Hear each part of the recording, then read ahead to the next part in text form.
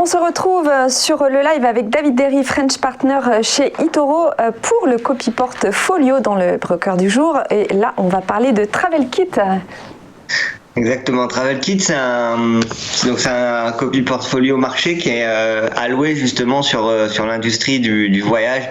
Donc pourquoi décider d'en parler aujourd'hui? Parce qu'on sera normalement d'ici quelques semaines enfin totalement déconfiné, et donc on anticipe une reprise économique, et donc une industrie du voyage qui, après avoir souffert justement l'année dernière, devrait cette année justement profiter justement de la réouverture des frontières et le fait que les gens recommencent à voyager. Donc on voit qu'en 2020 on était en recul de 5,91%, pas étonnant avec la crise sanitaire qu'on a tous connue. Et là justement, avec la réouverture des frontières et la reprise économique, on pourrait s'attendre à un secteur du voyage qui se reprend fortement. Par exemple, depuis le début de l'année, là sur 2021, on est à 16,80%. On avait connu un mois de janvier qui était encore à recul, mais sinon après le reste de l'année a été plutôt positif pour le secteur.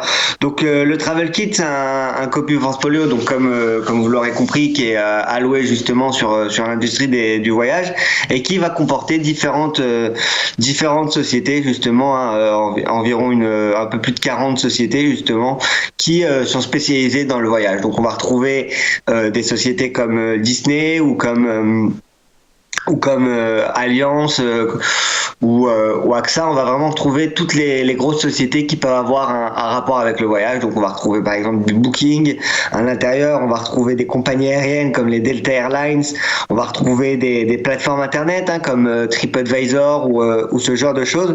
Et donc c'est un portefeuille diversifié qui permet à ceux qui le souhaitent, sans avoir eux-mêmes à faire les due diligence sur chaque entreprise et à s'informer du secteur. Ça leur permet d'avoir un portefeuille justement alloué sur l'industrie du voyage. Et pour le moment, en tout cas depuis le début de l'année, le portefeuille est assez intéressant.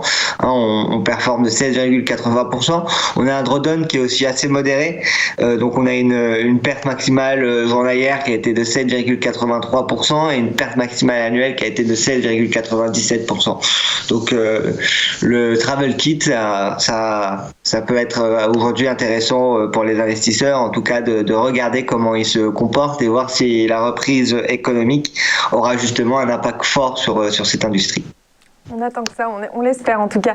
Merci David, on se retrouve tout de suite pour le point pédagogique.